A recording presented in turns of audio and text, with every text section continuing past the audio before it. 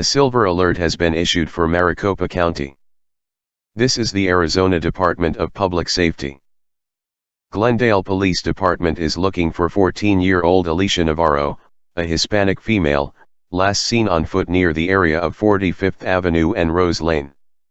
Alicia is autistic. If you have contact with the silver alert, please call 911. Monitor TV and radio for updates.